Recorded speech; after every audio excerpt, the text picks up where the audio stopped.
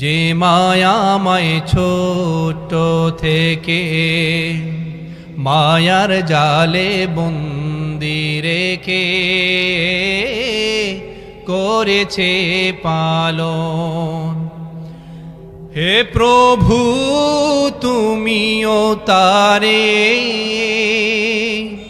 তোমার আরশ ছায়া নিড়ে করিও লালন,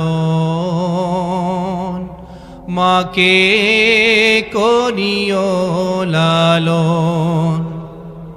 যে মায়াময় ছোট থেকে বুকের জালে বন্দি রেখে করেছে পালন। হে প্রভু তুমিও তারে তোমার আরশ ছায়া নিড়ে করিও লালন, মাকে করিও লালন।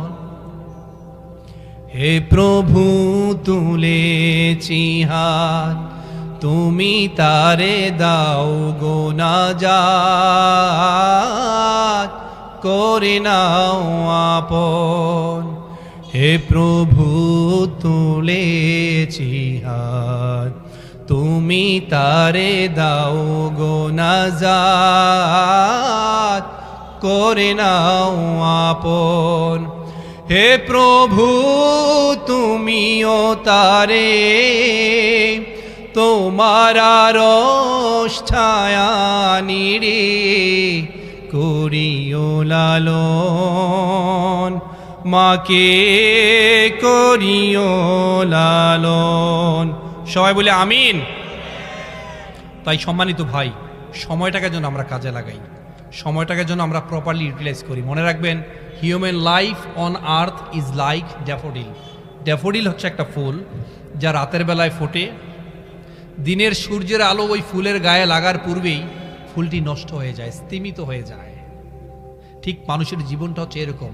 মানুষের জীবন তো মাগরিবের সালাত, মাগরিবের আজান আর ইকামতের মাঝখানে যে সময়ের ব্যবধান, এই সময় পর্যন্ত ভাই মনে রাখবেন, ইমাম ইবনুল জাউজি রহিমাহুল্লাহ খুব চমৎকার করে একটা কথা বলেছেন। আপনার পা, আপনার জাহাজ কবরস্থানে ঠেকেছে, আপনি এখনো ব্যস্ত আছেন ওই জাহাজের মধ্যে কি কি উপাদান আছে তা কুরানোর জন্য। আপনার এক পা চলে গেছে কবরে, আপনি এখনো দুনিয়ার মোহে ব্যস্ত আছেন, পরে আছেন একটা সামাজিক অসুস্থতায়। না ভাই, এখনো সময় আছে, আপনারা ফিরে আসেন, এই সময়ের কল্যাণে ফিরে আসেন, সময়ের পথে ফিরে আসেন। আপনি যদি সময়টাকে প্রপারলি ইউটিলাইজ করতে পারেন, সময় আপনাকে সম্মানিত করবে। সময় এবং মুখটাকে যদি আপনি নিয়ন্ত্রণে রাখতে পারেন, মনে রাখবেন অনেক কিছুই আপনার নিয়ন্ত্রণে থাকবে। সম্মানিত আমার শ্রীপুর সমাজ কল্যাণ পাঠাগার বাসীরা, এই এলাকার মানুষরা, এই শ্রীপুর গ্রামের আমার সম্মানিত ভাই এবং পর্দার আড়ালে আমার মা এবং বোনেরা, আপনারা যারা ইয়াং আছেন, যুবক আছেন, বিশেষ করে বাবা মা যারা আছেন, সন্তানদেরকে শুধাবেন। সন্তান যারা আছেন, এই কথাগুলো মনোযোগ দিয়ে শুনতে হবে ভাই।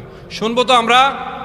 আজকে যে ভাইরা অনেকে অনেক লাস্ট বেঞ্চে বসেন, লাস্ট বেঞ্চারে থাকেন, তিনি যখন জীবনের কোনো সময়টার মূল্যায়ন বোঝেন, সময়টাকে কাজে লাগান, বিশ্বাসের আলোকে পরিশ্রম করেন, স্টিকি ওয়েতে লেগে থাকেন, তিনিও একদিন সফল হন।